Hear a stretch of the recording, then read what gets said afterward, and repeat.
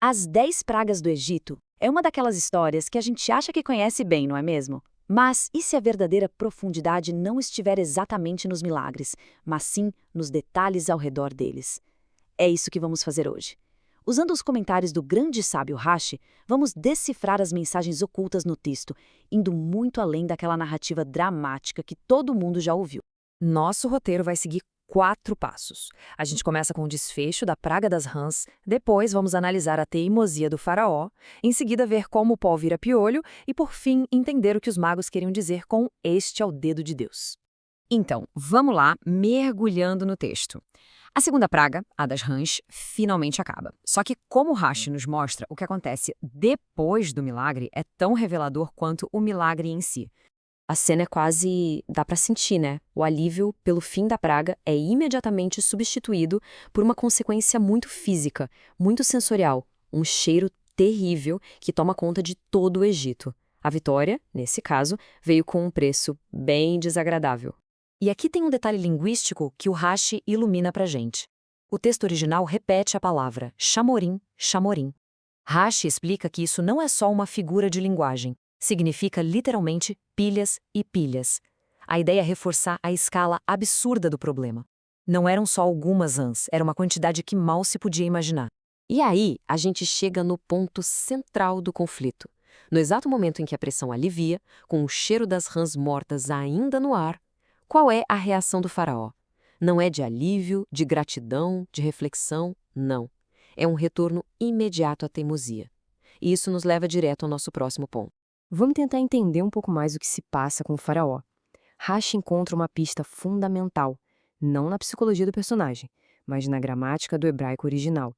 A chave está na palavra hashbed, que a gente traduz como permaneceu obstinado. Rashi aponta que a forma verbal usada aqui não é de algo que aconteceu uma vez e acabou. Pelo contrário, é uma forma que indica uma ação contínua. Ou seja, o faraó não endureceu o coração. Ele estava ativamente persistindo em endurecer o coração. Era um processo. E o Rashi não tira essa ideia do nada, claro. Ele mostra outros exemplos da Torá em que essa mesma construção gramatical é usada para descrever uma ação que não para. Fica claro que existe um padrão, movendo-se constantemente, ferindo continuamente. Isso só reforça a ideia de que a obstinação do faraó era uma escolha ativa, renovada a cada instante.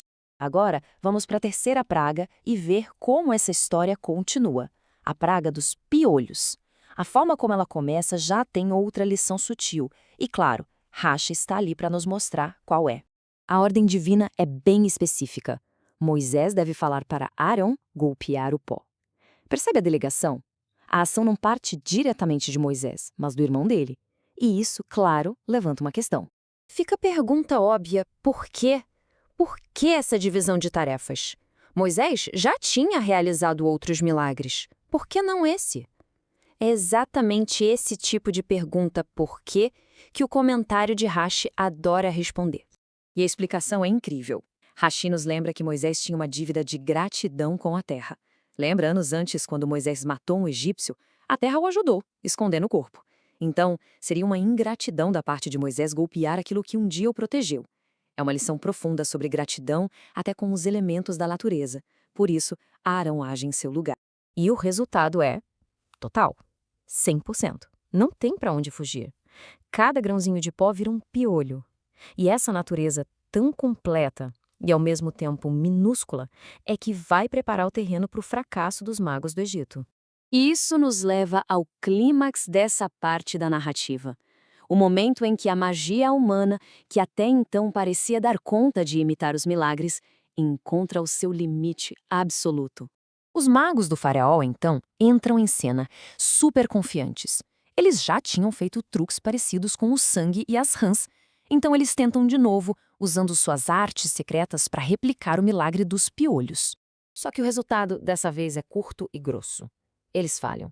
A magia simplesmente não funciona. E a grande pergunta é, por quê? O que foi que mudou? O que tinha de tão diferente nos piolhos em comparação com o sangue e as rãs? Por que, de repente, a magia deles se mostrou inútil? A explicação que Rashi traz é fascinante. Não é simplesmente que o poder de Deus era maior. Isso é óbvio. A questão é mais técnica. Existe uma regra no mundo da feitiçaria, segundo o entendimento que Hashi transmite. A fonte de poder dos magos, os demônios, não consegue manipular ou criar nada que seja menor que um grão de cevada. Os piolhos eram pequenos demais. O milagre operava numa escala tão minúscula que estava literalmente abaixo do radar da magia. E essa falha leva a uma confissão impressionante. Completamente derrotados, os magos se viram para o faraó e declaram: este é o dedo de Deus. É a primeira vez que alguém do lado egípcio admite que existe ali uma força superior. E a Hashi nos lembra que essa frase não é só poesia. Eles estavam fazendo uma distinção técnica, quase científica para eles. Eles estavam dizendo: olha, isso aqui não é do nosso ramo, não é magia. Isso é uma intervenção direta do Criador, é de outra categoria. E tudo isso nos permite ver o quadro geral. Hashi, citando o Midrash, revela que existe um padrão maior. As pragas não eram calamidades soltas e aleatórias. Elas seguiam, na verdade, a lógica de uma campanha militar, de um cerco a uma cidade. A estratégia é brilhante. Pensa bem. Primeiro, num cerco, você corta a água do inimigo. Essa é a praga do sangue. Depois vem a guerra psicológica, barulho constante para desmoralizar, as rãs coachando sem parar. E, por fim, você começa a lançar projéteis para causar destruição direta. A praga dos piolhos e depois a dos animais selvagens. Faz todo sentido. Existe um método por trás de tudo. E isso tudo nos deixa com uma reflexão. O que a análise de Hashi nos mostra é que, às vezes, é nas menores coisas, nas coisas aparentemente insignificantes como a gramática de um verbo ou uma criatura minúscula, que as verdades mais profundas se revelam. Se o poder humano tem um limite tão claro, exposto por algo tão pequeno, o que isso nos diz sobre a natureza daquele poder, que simplesmente não tem limite algum?